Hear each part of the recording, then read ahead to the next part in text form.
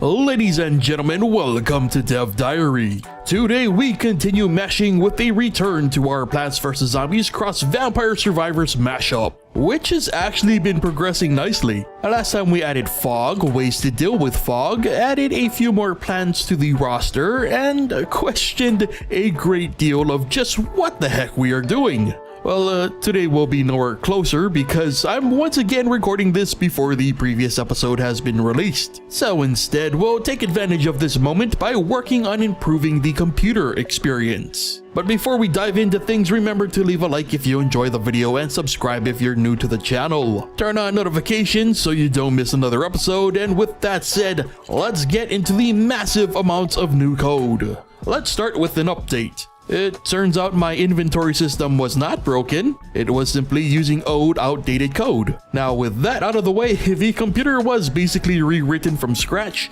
so let's take things from the top with a quick refresher. The computer is key to the gameplay loop and progression of our mashup. It can be used to purchase seeds, sell plants, and keep track of the next horde. The original system was an independent feature that worked alongside the rest of the game, and it also controlled the day-night cycle. Now it's still very much independent, but has now been completely integrated into the gameplay experience. The first major change is that the inventory system has now been merged with the computer. This means accessing the player's seeds and current plants being held are all done via the computer. And the computer is now broken down into 4 categories.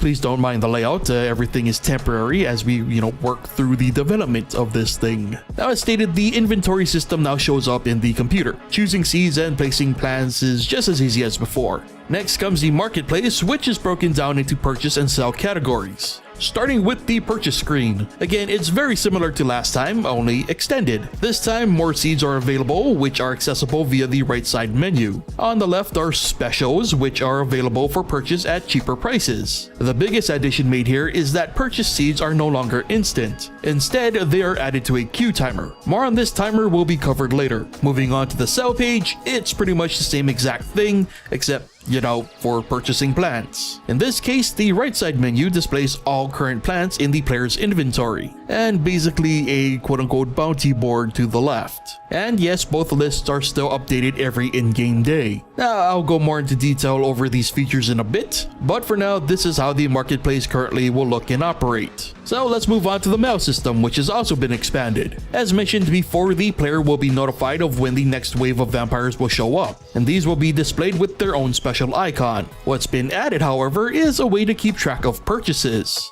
So when a player purchases a seed, it enters a queue, which is then displayed on the mail page. All these timers are then kept track of via a little status bar to the right of each entry, with the silhouette of the arriving seed to the left, along with a short note. I felt the mail system needed more uses, and it also made sense that the seeds shouldn't magically appear in the player's pocket on purchase. This change will hopefully allow for even more chaos, but also not add to the tedium. And that was it for the additions and changes made this session. I know it doesn't seem like much, but believe me, just look at this draw code. It literally took 2 to 3 times as long to get this all done than a usual session, which has really put me behind schedule. But now let's talk specifics, namely the selling feature. Not only is it somehow completely broken, but it's also not final for one specific reason. Players are currently only able to sell plants in their inventory. There are actually 2 issues with this. 1, the player can only carry so much, and 2, there are many plants that the player cannot pick up for one reason or another, which means a new way of marking plants for sale is needed. And second, in all likeliness, the deal system will be updated so a plant only shows up once. So, instead of multiple deals for the same plant or seed, it'll only show up once. And finally, I hope to add scroll bar support at some point. The dang math is the only thing stopping it from becoming a reality.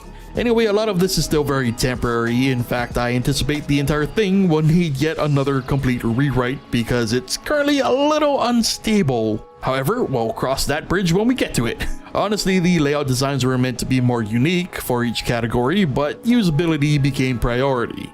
Seriously, this brought back some major front-end design flashbacks that I haven't experienced in years. Anyway, for now, we've at least got a consistent system in place to build off of and hopefully provide a reasonable experience with.